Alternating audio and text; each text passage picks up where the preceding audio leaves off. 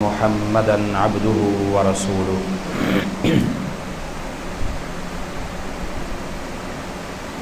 اعوذ باللہ السمیع العلیم من الشیطان الرجیم بسم اللہ الرحمن الرحیم والفجر وليال عشر والشفع والوتر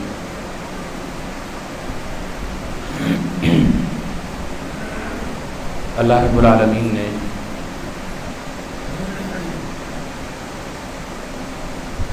ہمارے لیے امت محمدیہ کے لیے یعنی مسلمانوں کے لیے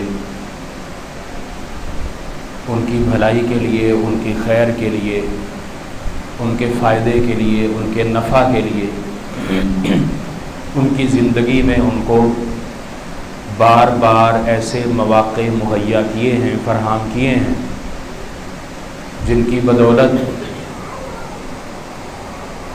وہ اپنے راستے کی اٹکنوں کو ٹھیک کر سکتے ہیں، درست کر سکتے ہیں، اپنے راستے کے سپیڈ بریکر سے اپنے آپ کو محفوظ رکھ سکتے ہیں، اپنے اندر کی کمیاں کوتاہیاں ان کو دور کر سکتے ہیں، اپنے رب کی ناراضگی کو دور کر کے اپنے رب کی رضامندی کا حصول کر سکتے ہیں، اور یہ خالصتاً اللہ رب العالمین کا ہم پر فضل اور احسان ہے، اس کے علاوہ اور کچھ نہیں۔ ورنہ دنیا کے اندر اگر ہم دیکھیں، دنیا کے معاملات کو دیکھیں، دنیا کے اندر رہنے والوں کے معاملات کو دیکھیں، تو جس سے غلطی سرزد ہوتی ہے، کوئی گناہ ہوتا ہے، کوئی کمی کوئی کوتاہی ہوتی ہے، تو اس کو اس کا بدلہ ملتا ہے، اور جس کے اختیار میں بدلہ دینا ہوتا ہے اس کی کوشش ہوتی ہے کہ اس کو میں فوراً دے دوں، نپٹا دوں۔ اس نے آخر ایسا کیا تو کیا کیوں کیا، اس نے غلطی یہ کیوں کی، میری گستاخی میری توہین اس نے کی تو کی کیوں، کیسے کی، اس کی جرت کیسے ہوئی۔ وہ سزا دینے کا اگر قادر ہے، قدرت ہے، طاقت ہے تو وہ لازمی طور پر دیتا ہے، لیکن قربان جائیں اللہ رب العالمین کا جو معاملہ ہمارے ساتھ ہے، اللہ کہتا ہے میرا بندہ ہے، غلطی کمی کوتاہی میرے گستاخی گناہ ہو گیا ہے تو اس کو مہلت دیتا، اور صرف مہلت ہی نہیں دیتا، صرف اللہ رب العالمین چھوٹ نہیں دیتا، وقت نہیں دیتا، بلکہ اللہ رب العالمین ساتھ اس کا موقع مہیا کرتا ہے کہ ہاں یہ کام کر لو، تمہارے پاس یہ موقع ہے، تمہاری غلطی معاف ہو جائے گی۔ اور انہی مواقع میں سے اللہ رب العالمین نے ان دنوں کا ہمیں موقع دیا ہے۔ یہ جو ہم 10 دن ایام ذی الحجہ کے گزارتے ہیں، آج 2 کہ 3 تاریخ ہے، آج 3 ذی الحجہ ہے، یعنی کہ تیسرا دن ہم ان دنوں میں سے گزارتے ہیں جس کی اللہ رب العالمین نے قسم بھی اٹھائی ہے، والفجر ولیال عشر والشفع والوتر۔ 30ویں پارے کی یہ صورت ہے، سورۃ الفجر ہے۔ اللہ رب العالمین نے فجر کی قسم اٹھائی، ولیال عشر اور 10 راتوں کی، اور اسی طرح پھر جفت اور طاق کی۔ وتر جو ہے طاق کو کہتے ہیں، ہم نماز وتر بھی پڑھتے ہیں، اس کا مطلب بھی وتر ہی ہے، ایک ہے۔ اللہ رب العالمین نے یہاں ان چیزوں کی قسم اٹھائی ہے، اور عبداللہ ابن عباس رضی اللہ تعالیٰ عنہما اس کی تفسیر کرتے ہیں، آپ علیہ الصلوۃ والسلام کی حدیث سے کرتے ہیں کہ اس سے مراد کیا ہے، معنی کیا ہے۔ حافظ ابن قیم رحمہ اللہ اس کی تفسیر لکھتے ہیں، اور تفسیر لکھنے کے بعد کہتے ہیں کہ اگر یہ تفسیر کسی کو سمجھ نہ آئے، کوئی ذی شعور ذی عقل آدمی اس تفسیر کے بغیر بات کرے تو اس کا جواب مکمل نہیں، اس کو وہ سمجھ نہیں آئی کہ اس سے مراد کیا ہے۔ اللہ رب العالمین نے رمضان المبارک کی نعمت ہمیں دی، اس میں اللہ نے 10 ایسی راتیں رکھی تھیں جن کا قیام رسول اللہ صلی اللہ علیہ وسلم کیا کرتے تھے، جن 10 راتوں میں اللہ کے نبی اعتکاف کیا کرتے تھے۔ وہ 10 راتیں پورے سال کے اندر قیمتی ترین راتیں، قیمتی ترین راتیں، ان کے اندر قیمتی ترین چیز کیا ہے؟ انا انزلناہ فی لیلۃ القدر، کیونکہ اس میں لیلۃ القدر ہے، جاگنے کی رات، خیر من الف شہر، 1000 مہینوں سے بہتر رات، اس وجہ سے وہ 10 راتیں افضل ترین ہیں۔ اور رسول اللہ صلی اللہ علیہ وسلم نے فرمایا افضل ترین دن دنیا کے اندر جتنے بھی دن ہیں ان کے اندر افضل ترین دن ہے وہ ایام العشر ہے۔ ایام العشر سے کیا مراد ہے؟ ذی الحجہ کے 10 دن۔ اللہ کے نبی یہ کیوں افضل ہے؟ راتیں کون سی افضل ہے؟ رمضان المبارک کے آخر عشرے کی دن ذی الحجہ کے پہلے ابتدائی 10 دن. کیوں؟ اللہ کے نبی علیہ الصلوۃ والسلام اس میں روزہ رکھا کرتے تھے. آپ اللہ رب العالمین نے ان کی قسم اٹھائی. اللہ رب العالمین بندے کے گناہوں کو معاف فرماتا ہے.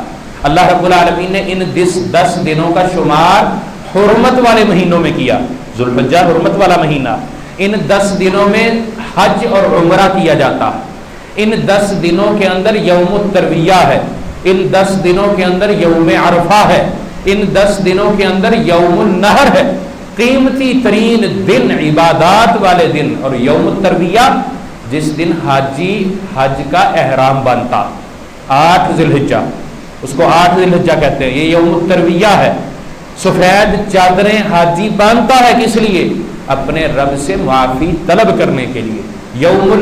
یوم عرفہ ہے دوسرا دن. کون سا دن؟ 9 تاریخ کا.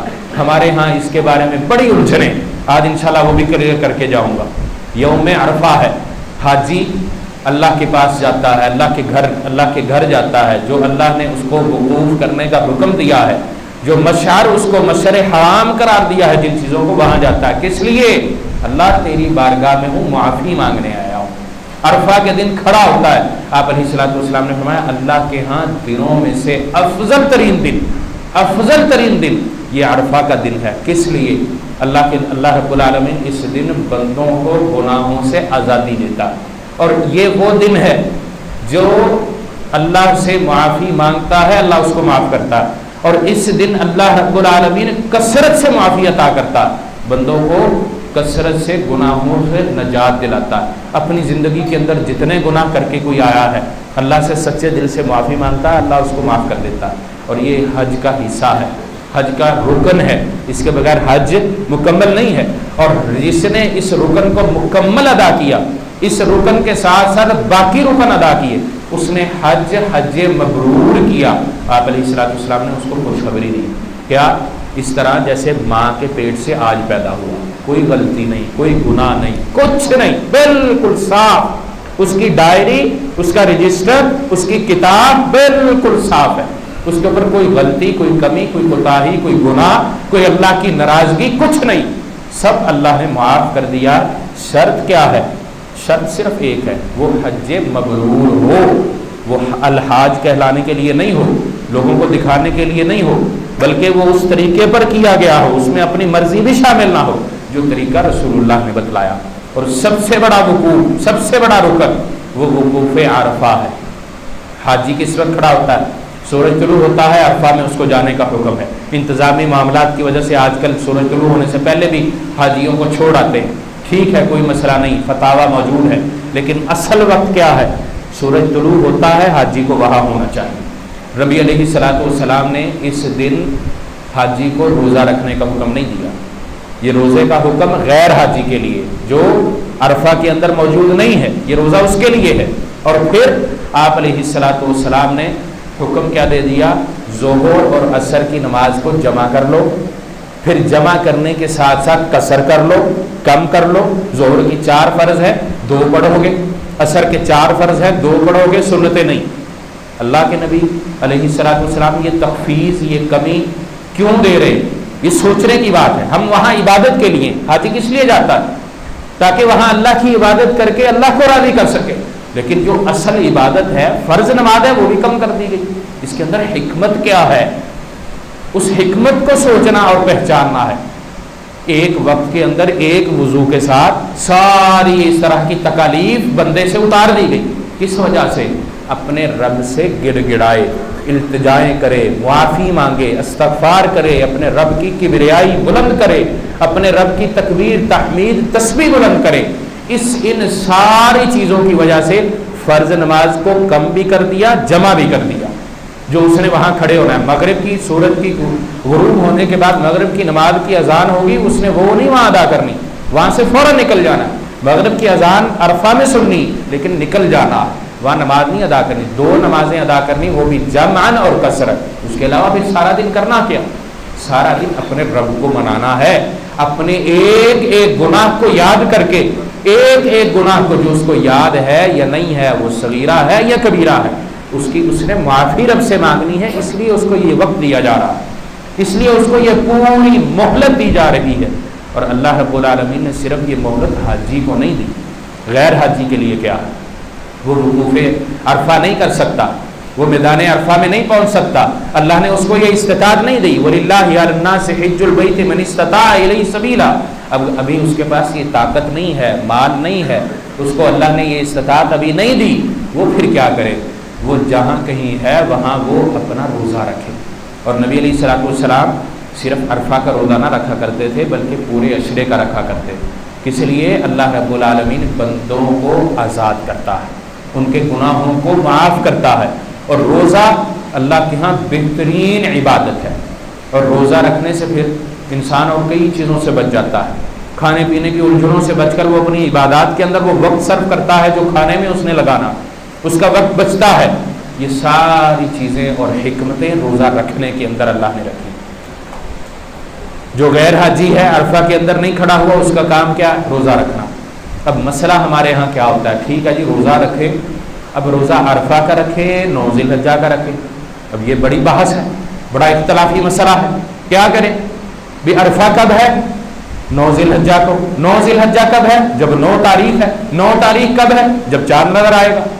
اگر یہ 2-3 باتیں بندے کو سمجھ آ جائے تو مسئلہ واضح ہو جاتا ہے، مسئلہ واضح ہو جاتا ہے۔ ذرائع ابلاغ اگر ہمیں آج نہ بتائیں کہ آج وہاں پر حاجی عرفہ کے میدان میں کھڑا ہے تو پھر ہماری یہ الجھن ہی نہیں پیدا ہوتی، بالکل ختم ہو جاتی، پتہ ہی نہیں کیا ہو رہا ہے۔ ہمیں اپنے علاقے کا پتہ ہے، ہمیں پتہ ہی نہیں حیدرآباد کیا ہو رہا ہے، ہمیں پتہ ہی نہیں نوری آباد کیا ہو رہا ہے۔ ہمیں پتہ کس وجہ سے ہے؟ ذرائع ابلاغ کی وجہ سے۔ ہم اختلاف کا شکار کیوں ہیں؟ ذرائع ابلاغ کی وجہ سے۔ یہ خبریں جو ہمیں ملتی ہیں، اطلاعات ہمیں ملتی ہیں، بعض دفعہ بندہ زیادہ باخبر کسی چیز سے ہو نا، الجھن کا شکار ہو جاتا ہے، پریشان ہو جاتا ہے۔ تو اس لیے بندے کو زیادہ بھی باخبر نہیں رہنا چاہیے، اتنا باخبر رہے جتنے اس کے اعمال اس کی حفاظت کر سکے۔ یہ انتہائی اختصار کے ساتھ اس اختلاف کو وہ ختم کر سکتا ہے۔ دوسری بات اس میں کیا آتی؟ لو جی حاجی تو وقوف عرفہ کرتا ہے تو پھر ہی روزہ، اور عرفہ تو وہاں ہے۔ اب ہم اس بحث کو لمبا کرتے ہیں، اس کو چیڑ کی طرح کھینچتے ہیں، ختم کرنے کے بجائے اس میں الجھنا شروع کرتے ہیں، عمل کی طرف دھیان نہیں۔ اور عمل کی طرف کیا دھیان ہے کہ ہم اس پورے عشرے کے روزے رکھ لیں، مسئلہ ختم ہو جائے گا۔ اچھا پورے عشرے کے نہیں رکھ سکے، جو طاقت استطاعت ہے وہ رکھ لیں تب بھی مسئلہ حل ہے؟ نہیں، ہم نے لڑنا ہے عرفہ کے روزے پر اور رکھنا پھر بھی نہیں۔ گرمی ہے، مسئلہ ہے، یہ جھگڑا ضرور کرنا، اختلاف کو ہوا ضرور دینی، اس طرح اختلافات ختم نہیں ہوتے۔ اگر حاجی عرفہ کے اندر کھڑا ہے، آپ نے پھر رکھنا، تو پھر حاجی جس وقت عرفہ میں گیا ہے سورج طلوع ہو رہا ہے، آپ کا سورج بھی اسی وقت طلوع ہونا چاہیے۔ اختلاف کرنا ہے تو پھر پورا کریں۔ اگر حاجی کے وقوف کو کھڑے کو دیکھنا ہے تو پھر پورا دیکھیں۔ وہ سورج طلوع ہونے کے بعد عرفہ کے اندر جا رہا ہے اور آپ کے ہاں اس وقت 10 بج رہے ہوتے ہیں، 8 بج رہے ہوتے ہیں، سورج آپ کو تپش دے رہا ہوتا ہے، گرمی دے رہا ہوتا ہے، وہاں طلوع ہو رہا ہوتا ہے، پھر اس مسئلے کا کیا حل کریں؟ یہاں پر پھر ہم کہتے ہیں نہیں یہ سورج کا اختلاف ہے، یہ چاند کا اختلاف نہیں۔ جب افطاری کر رہے ہوتے ہیں حاجی عرفہ کے اندر، اس وقت کھڑا عبادت کر رہا ہوتا ہے، اس کے ہاں سورج کھڑا ہے، اس کے سورج غروب نہیں ہوا، یا تو پھر آپ روزہ عشاء کے وقت کھولیں کیونکہ اس وقت حاجی وہاں سے نکل رہا ہے۔ پھر اختلاف کرنا ہے تو پورا کریں۔ اختلاف کا حل کیا ہے؟ اس پورے عشرے کے اندر روزہ رکھا جائے۔ دوسرا حل اختلاف کا کیا ہے کہ جو اللہ نے آپ کو خبر دی، اطلاع دی، جو آپ کا 9 ذی الحجہ ہے، آپ روزہ رکھیں پورے اطمینان کے ساتھ، 8 کا رکھ لیں، 9 کا رکھ لیں، اختلاف کو ختم کرنے کے لیے۔ یہ شک ہے، 8 کو 9 ذی الحجہ ہے یا 9 کو 9 ذی الحجہ ہے، یہ اختلاف، یہ شک ہے، اور عبادات شک کی بنیاد پر نہیں ہوتی۔ اس مسئلے کو اچھی طرح سمجھ لیجیے۔ اور اختلاف سے نکلنا چاہتے ہیں، اس کے 2 ہی حل، یا پورے عشرے کے روزے رکھ لیں، یا جو آپ کے 9 ذی الحجہ ہے جس کی وجہ سے عرفہ ہے، جس کی وجہ سے میدان عرفہ کے اندر حاجی کھڑا ہوتا ہے، آپ اس وقت رکھ لیں۔ ایک میں تیسری بات بھی کرتا ہوں، جس وقت حاجی عرفہ کے میدان میں کھڑا ہے، ہمیں آج ذرائع ابلاغ بتا دیتے ہیں نا، نیٹ گوگل ہمارے پاس موجود ہے، چچا گوگل سے پوچھیں کہ جب دن ہوتا ہے عرفہ کے میدان میں کس کس علاقے میں رات ہوتی، پھر وہ کیا کرے گا؟ اس کا مطلب وہ اس نے تو حاجی جب میدان عرفہ میں کھڑا ہے وہ تو پھر روزہ رکھ ہی نہیں سکتا کیونکہ رات کا تو روزہ نہیں۔ اب وہ کیا کرے؟ اب یہ مسئلہ ہے، اختلاف، شک، اس کی بنیاد کھلتی چلی جائے۔ اگر اس کو سمیٹنا ہے، باندھنا ہے، اس کو روکنا ہے تو انتہائی اختصار کے ساتھ، سمجھداری کے ساتھ جو آپ کا 9 ذی الحجہ ہے آپ اس میں روزہ رکھیں اور اجر کی امید اللہ سے رکھیں اور کسی سے نہ۔ اور عرفہ کا روزہ یا 9 ذی الحجہ کا روزہ انسان کے گناہوں کو معاف فرماتا ہے، 1 سال سابقہ 1 سال آنے والا۔ اور یہ گناہ یاد رکھیے صغیرہ ہیں، کبیرہ نہیں۔ کبیرہ گناہ کے لیے مغفرت توبہ شرط ہے، اس کے علاوہ نہیں۔ یہ اس طرح کے جو چھوٹے چھوٹے اعمال اللہ نے ہمیں دیے ہیں ہماری زندگی کے اندر بطور مہلت ہمیں دیے، کہ یہ مہلت اللہ نے ہمیں دی ہے، چانس اللہ نے ہمیں دیا ہے کہ اللہ کے ہم جس راستے پر جو اللہ نے ہمیں زندگی دی ہے ہم گزار رہے، ہم اس کو درست کر لیں۔ اگر ہم کہیں دائیں بائیں مڑ گئے ہیں، کسی غلط راستے پر رانگ وے چلے گئے ہیں تو ہم سیدھا کر لیں، اپنے قبلے کی درستگی کر لیں، اپنے راستے کا انتخاب ٹھیک کر لیں۔ یہ اللہ نے اس لیے ہمیں مہلتیں عطا کی ہیں، اور یہ مہلتیں اللہ نے قسم اٹھا کر ہمیں دی۔ اللہ رب العالمین اگر قسم نہ اٹھائے تب بھی اس میں کوئی شک نہیں، اللہ کی ہوئی کسی بات کے اندر کوئی شک نہیں، لیکن اللہ نے اس کے باوجود قسم اٹھا کے یہ باتیں ہمیں بتلائی، ان کی اہمیت کو بتانے کے لیے، اجاگر کرنے کے لیے، ان کی اہمیت کو بڑھا کر بتانے کے لیے۔ لیکن بندہ مومن پھر بھی کان نہیں دھرتا، اس کے کان پر جوں نہیں رہی تھی۔ تو اس لیے ان اختلافات سے اپنے آپ کو محفوظ رکھ کے، جو اللہ نے جہاں اللہ نے آپ کو جس علاقے میں رکھا وہاں کے 9 ذی الحجہ کے حساب سے آپ پورے اطمینان کے ساتھ روزہ رکھیں اور اس کا اجر اپنے رب سے بھرپور امید رکھیں۔ اللہ رب العالمین یقیناً اجر دے گا، اور میں کہتا ہوں کہ اختلاف سے اپنے آپ کو محفوظ رکھنے کا بھی اجر اللہ دے گا۔ اللہ سے اجر کی امید ہے، اللہ کے خزانوں میں کمی نہیں۔ ہم اس اختلاف سے اپنے آپ کو بچانے کے لیے پورے یقین اور اطمینان کے ساتھ جو عمل کریں گے اللہ اس کا اجر بھی ہمیں دے گا کہ ہاں اس نے اپنے آپ کو بھی اختلاف سے بچایا، امت کو بھی بچایا۔ اور اگر میں سوال در سوال اپنی فکر سوچ نکال کر اپنا عمل ضائع کرتا ہوں، اس کے علاوہ کچھ نہیں کرتا، کچھ نہیں ہوتا۔ اور یقین کیجئے، آپ مشاہدہ کر لیں، ارد گرد دیکھ لیں، جو اس اختلاف میں یا اس طرح کے دیگر کئی اختلافوں میں جاتا ہے اس کا عمل ضائع ہو جاتا ہے، اس سے عمل کرنے کی پھر صلاحیت چھین لی جاتی، وہ عمل نہیں کر پاتا، وہ اس اختلاف کے اندر اتنا جاتا ہے کہ اسی کے اندر ہی الجھ کر رہ جاتا ہے، اس سے وہ سلجھایا نہیں جاتا۔ ہاں البتہ عمل اس سے ضائع ہو جاتا ہے، وہ عمل نہیں پھر کر پاتا۔ تو اس لیے اپنے آپ کو اس اختلاف سے محفوظ رکھنا ہے، اس لیے کہ ہم اپنے عمل کو محفوظ رکھ سکیں۔ اللہ کے نبی علیہ الصلوۃ والسلام نے 9 ذی الحجہ کا روزہ رکھا، پھر اس کے بعد یوم النحر ہے۔ یوم النحر کون سا ہے؟ حاجی کا یوم النحر کون سا ہے؟ جب اس نے میدان عرفہ سے نکل کر جانا ہے، 10 ذی الحجہ کی شام اس نے مزدلفہ میں کرنی ہے، مغرب اور عشاء اس نے مزدلفہ میں جا کر پڑھنی۔ آپ علیہ الصلوۃ والسلام اس رات میں پورے اطمینان سے سوئے ہیں، آپ نے رات کی نماز اس دن نہیں پڑھی، اس رات نہیں پڑھی، مزدلفہ کی رات آپ سوئے ہیں۔ یہ 10 ذی الحجہ کی رات ہے، ہمیں اللہ نے اس طرح کی کوئی پابندی نہیں دی۔ حاجی کے احکامات الگ ہیں، ہمارے الگ ہیں، غیر حاجی کے الگ ہیں، جو حج نہیں کر سکتا اس کے الگ ہیں۔ ہم نے کیا کرنا ہے؟ اٹھنا ہے، صبح تیاری کرنی ہے، عید کی تیاری کرنی ہے، نہانا دھونا ہے، عید پڑھنی ہے اور پھر قربانی کرنی، یہ ہے یوم النحر۔ حاجی نے کیا کرنا ہے؟ مزدلفہ اس نے فجر پڑھنی، رات سو کر گزارنی ہے، صبح اس نے نماز مزدلفہ کے میدان کے اندر ہی پڑھنی، اور اس کے بعد اس نے ذکر اذکار کرنا ہے۔ سورج طلوع ہوگا تو اس نے مزدلفہ چھوڑ کر مینا چلے جانا، وہاں پر اس نے کنکریاں مارنی ہے، ہو سکتا ہے طواف کر لے، حج والا جو طواف ہے، اس کے بعد وہ بال کٹائے یا قربانی کرے۔ ویسے اس کو قربانی نہیں کہنا چاہیے، اس کو ہدی کہنا چاہیے، یا حج کی جو ہدی ہوتی ہے، اس کو ہدی اس لیے بھی کہتے ہیں کہ وہ شکرانہ حج کے طور پر ہے، وہ قربانی نہیں۔ جو قربانی کرنے والے پر اللہ نے احکامات دیے وہ حاجی پر نہیں ہے، حاجی کے احکامات کا تعلق احرام کے ساتھ ہے، قربانی کرنے والے کا تعلق قربانی کے ساتھ ہے، یہ دونوں الگ الگ چیزیں ہیں۔ قربانی غیر حاجی کی ہے، ہدی حاجی کی ہے۔ اب اس نے جانور جو ذبح کرنا ہے وہ اللہ کا شکر ادا کرتا ہے اس بات پر، اللہ تو نے مجھے حج کی توفیق عطا کی، میں نے عرفہ کے میدان پا لیا، عرفہ میں کھڑے ہو کر میں نے اپنے گناہوں کی تجھ سے معافی مانگ لی، یہ میرا حج مبرور تو کر دے، مجھے معاف فرما دے۔ اس شکر کی وجہ سے وہ یہ جانور ذبح کرتا ہے۔ اور تمتع کے اندر اور قران کے اندر شرط ہے، افراد کے اندر شرط نہیں ہے، کرنی ہے تو کر لے، نہیں تو چھوڑ دے، افراد میں یہ شرط نہیں ہے۔ تو اس لیے اس فرق کو بھی دیکھنا. ہم نے تیاری کرنی ہے, جانور خوبصورت ہے, اس کو قربان کرنا ہے اللہ کے راستے میں, اور اس لیے کرنا ہے کہ میں اپنی خواہشات کو ختم کرتا ہوں.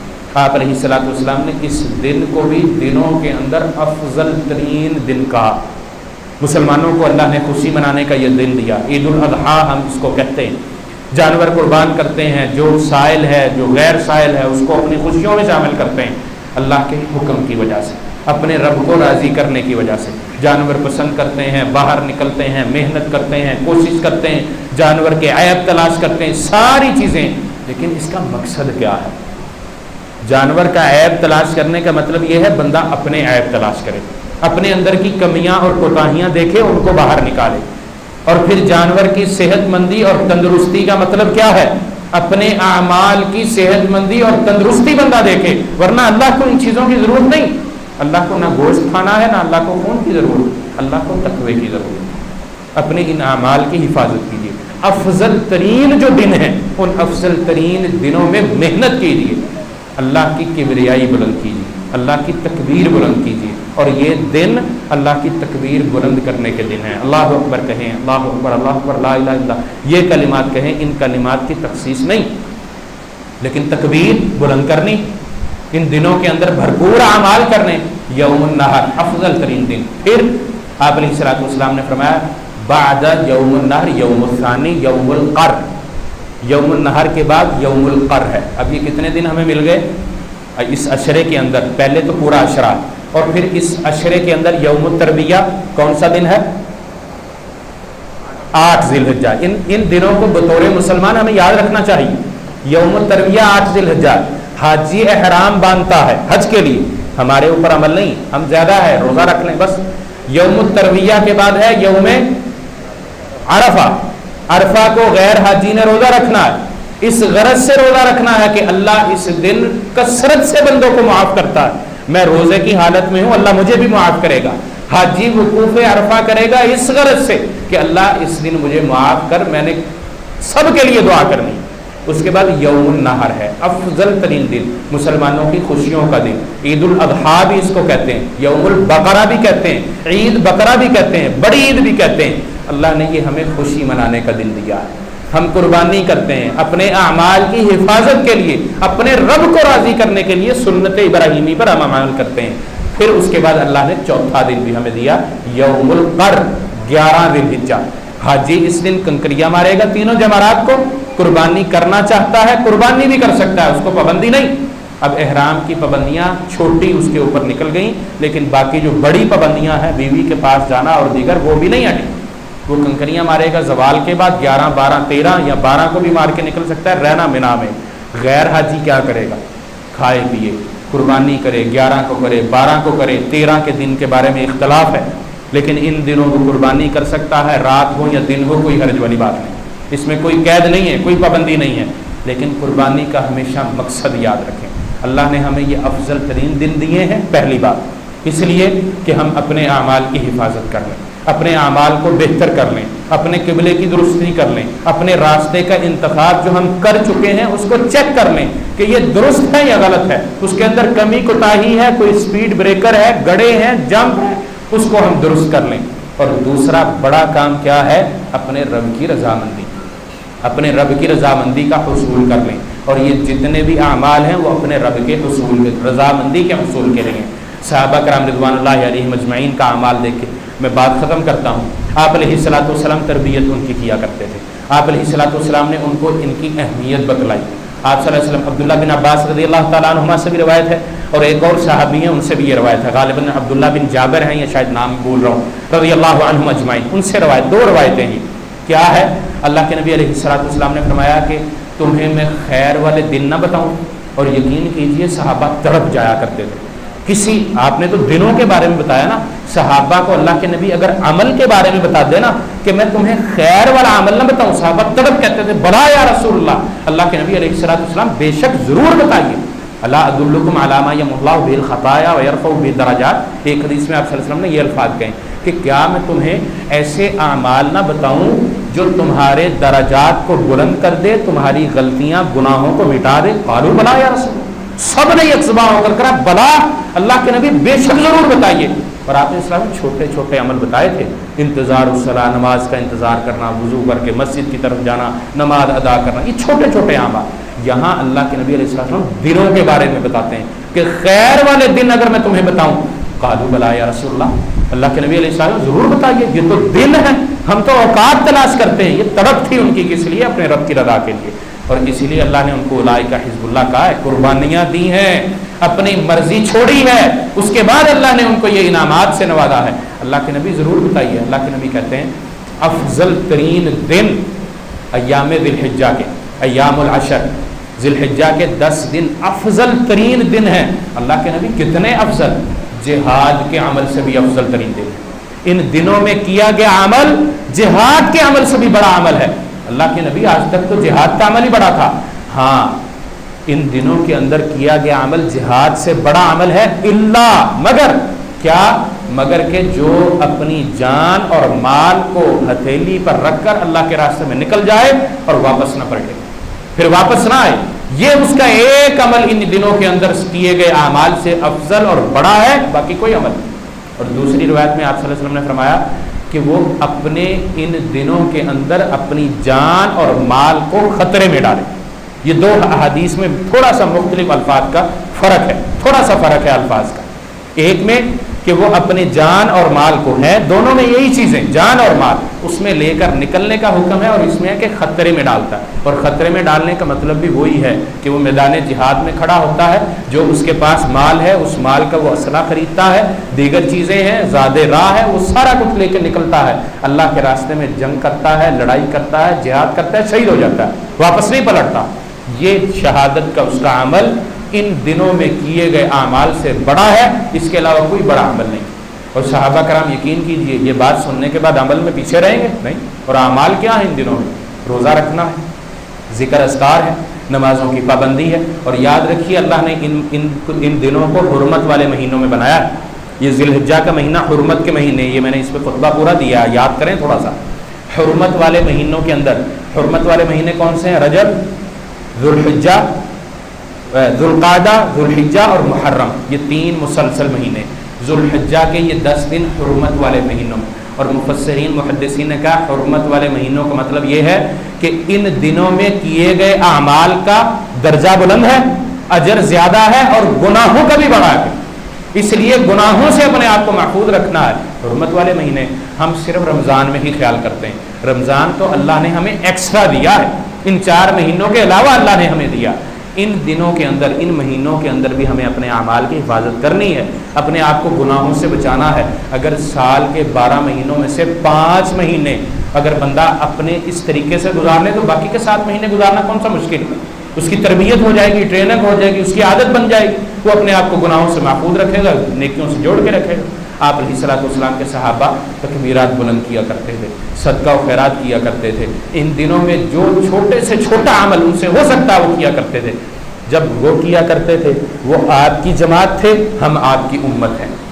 ان کی طرف سے نسبت ہماری جماعت کے ساتھ، جماعت امت کے ساتھ، امت ہم ان کے امتی ہونے کی وجہ سے یہ اعمال کریں گے، یقیناً اللہ کے ہاں باعث اجر ہم بھی ٹھہرائے جائیں. اجر کا سلسلہ اللہ نے صرف ان تک نہیں روکے رکھا بلکہ رہتی دنیا تک ہے. اگر اجر کا سلسلہ رہتی دنیا تک ہے تو پھر اعمال کا بھی ہے. اعمال بھی وہی ہیں جو آپ صلی اللہ علیہ وسلم نے بتلائے اور صحابہ نے کیے. اس لیے ہمیں ان دنوں کو غنیمت جانتے ہوئے بھرپور طریقے سے ان دنوں کو گزارنا چاہیے، اپنے رب کو راضی کرنا چاہیے. یہ دن معمولی دن نہیں ہیں، ہلکے نہیں ہیں. اللہ رب العالمین نے قسم اٹھا کے ان دنوں کی اہمیت بتائی ہے. آپ علیہ الصلوۃ والسلام نے ان دنوں کو خیر والا کہا. ان دنوں کے اندر بھی خاص دنوں کو چن کر بتا دیا تاکہ مسلمان کو اس کی اہمیت کا پتہ چل سکے. ہم عید کی تیاری کرتے ہیں نائی کے پاس جا کے، حجام کے پاس جا کے، بیوٹی پارلر جا کے. عید کی تیاری یہ نہیں ہے، یاد رکھیں. عید کی تیاری نیا لباس پہننا نہیں ہے. عید کی تیاری اچھا برانڈڈ کوئی جوتا خرید لینا نہیں ہے. یاد رکھیے ہمیشہ اگر آپ کے پاس برانڈڈ جوتا نہیں ہے، برانڈڈ کپڑے نہیں ہیں، کوئی مسئلہ نہیں، چل جائے گا. اگر آپ کے پاس برانڈڈ دل ہے نا، اگر اعمال آپ کے پاس برانڈ والا ہے نا، برانڈ کیا ہے؟ Made in China, made in Pakistan, made فلانا نہیں، made in Medina, made in شریعت جو اللہ اور اس کے رسول نے ہمیں دیا. اگر یہ اعمال ہمارے پاس ہے، ہمارا دل اس سے اگر منور ہے، اگر یہ برانڈ ہمارے دل کو متاثر کیے ہوئے تو پھر ہماری عید بھی کامیاب ہے، ہمارے یہ دن بھی کامیاب ہے، ہمارا خرچ کیا مال بھی کامیاب ہے، اور ہمارا ہر چھوٹا بڑا عمل ہمیں کامیابی کی طرف لے کر جانے والا ہے۔ اللہ رب العالمین سے دعا ہے کہ اللہ تعالی ہمیں عمل کی توفیق عطا فرمائے۔ اللہ رب العالمین ہمیں ان دنوں میں بھی اور اس کے علاوہ دیگر جو دن اللہ ہمیں ہماری اس زندگی کے اندر عطا فرمائے ان میں بھی ہمیں عمل خیر اعمال صالحہ کرنے کی توفیق عطا فرمائے، اور اپنی بارگاہ میں اللہ رب العالمین ہمارے ہر چھوٹے اور بڑے عمل کو قبول فرمائے۔ اللہ رب العالمین بیماروں کو صحت کاملہ عاجلہ عطا فرمائے، ملک پاکستان کے اللہ رب العالمین حفاظت فرمائے۔ اللہ رب العالمین امت مسلمہ جن حالوں میں پریشان ہے اللہ رب العالمین اس کی پریشانیوں کو دور فرمائے، ہمیں اپنے اعمال کی حفاظت کرنے کی توفیق عطا فرمائے۔ یقیناً ہمارے اعمال درست ہوں گے، ہماری پریشانیاں اللہ اپنے ذمہ لے لے گا اور اللہ رب العالمین ان پریشانیوں کو دور فرما دے گا۔ اس لیے اپنے اعمال کی حفاظت ہمیں خود کرنی چاہیے، اللہ سے بھی دعا کرنی چاہیے، کیونکہ توفیق اللہ سے ہی ہے اور توفیق ملنی تب ہے جب ہم مانگیں گے۔ اقول ما تسمعون وآخر دعوانا الحمد للہ رب العالمین۔